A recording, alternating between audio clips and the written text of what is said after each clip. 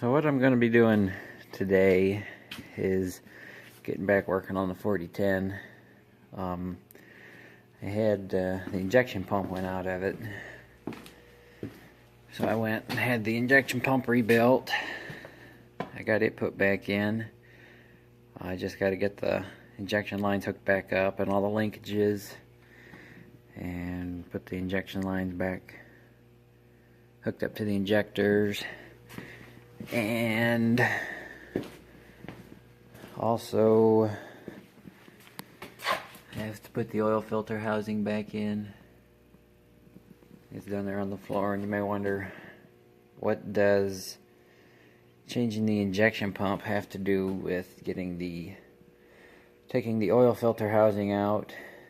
Well, on the bottom of the injection pump at the shaft, there's a little spring. It sits down about right in here. There's a gear.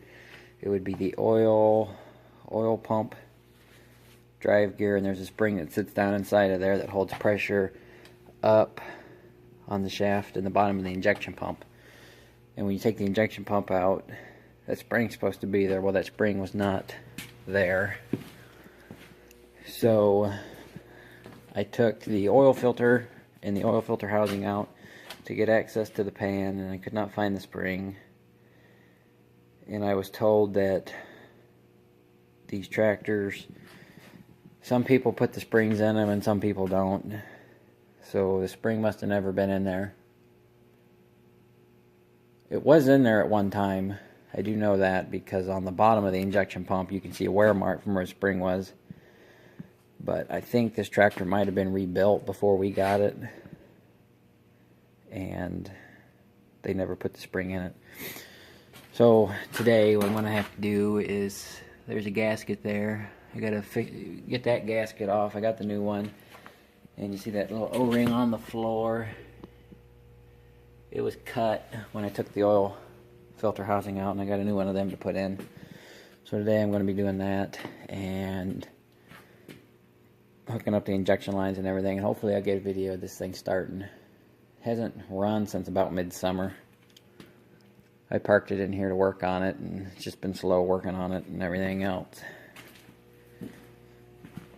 So I'm going to work on it, and I'll turn the camera on as I do bits and pieces of it.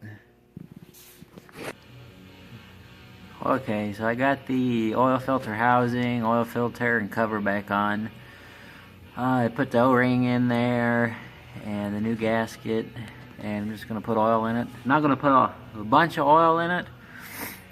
I'm just going to put enough in it right now to make sure it doesn't leak anywhere. And it shouldn't leak. I cleaned it up pretty good. So I'm going to put oil in it and start hooking the injection pump up. I got it all hooked up except for that line there. This line here was giving us some problems.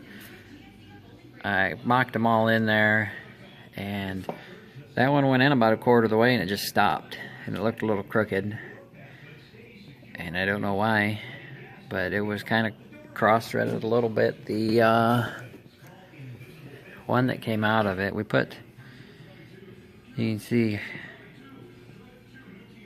how it's kind of rounded off there, but it would go in like a quarter of the way, and that one is the one that goes in the hole here, and it would go in like a quarter of the way, and then it would just turn hard.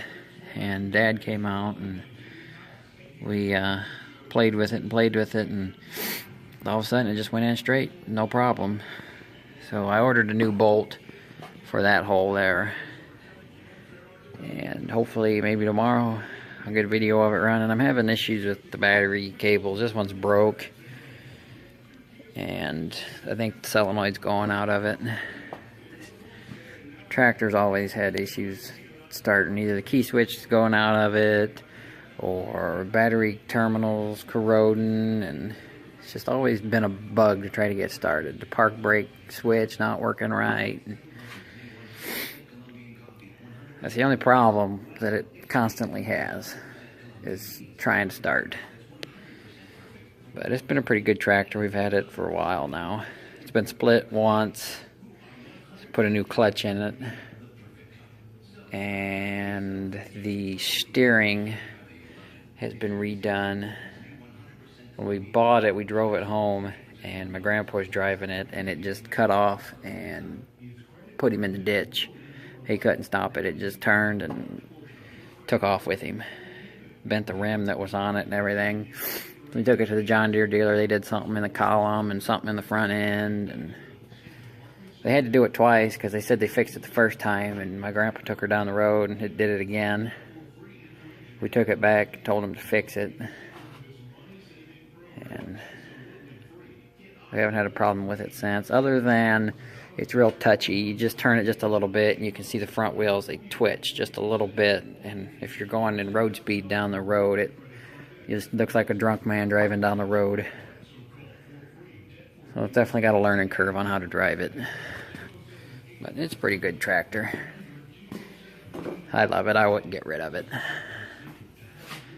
Once I get the fuel run out of it, I got to put a fuel gauge in it. Fuel sending unit and a fuel gauge. And the rear hydraulics need rebuilt, which is going to be a fun project because I've never done it. I can't find any videos on how to do it. So I'm not really looking forward to that, but that'll get done. And it'll be ready to go. I switched out the old style lights for some LED lights. They work pretty good. My uncle on our 2010, I'll take you over and show it what he did for lights.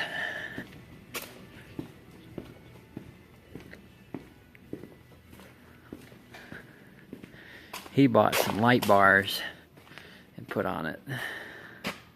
And I like them on this tractor. I'm not a big fan of this tractor anyways, because it's just weird.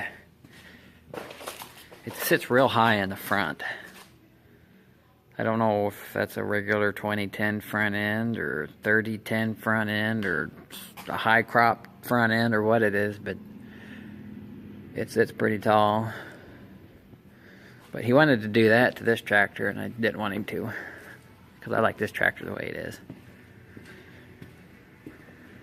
If he ever goes to sell it, I'm buying it from him. He's talking about trading it in and trading the 2010 in for a newer tractor, but I ain't letting him trade it in. It ain't happening. This was our first big tractor we've bought to do any farming with. We had an old International 484. We had it down at our hunting camp. Somebody stole it. It and the mower we had with it. And this was the replacement. Or actually, was this the replacement? Because it had a loader on it. We bought the 2010. Bought the 2010. But I think we bought the 4010 before we had the 2010. And the 2010 needed, we had to put as much as we paid for it into it to get it to where it is now. And it's an alright tractor. I got a story on it for another date about its fit it had one day.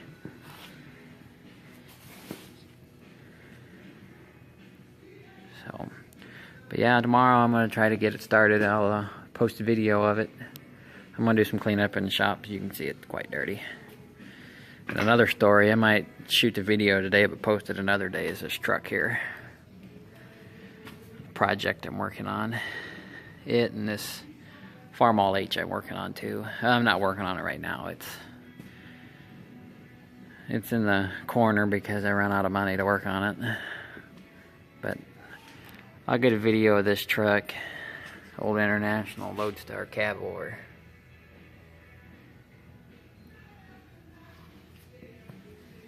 Get a video of it. Still on the story on it. It's a pretty interesting story. So, alrighty. Thanks for watching.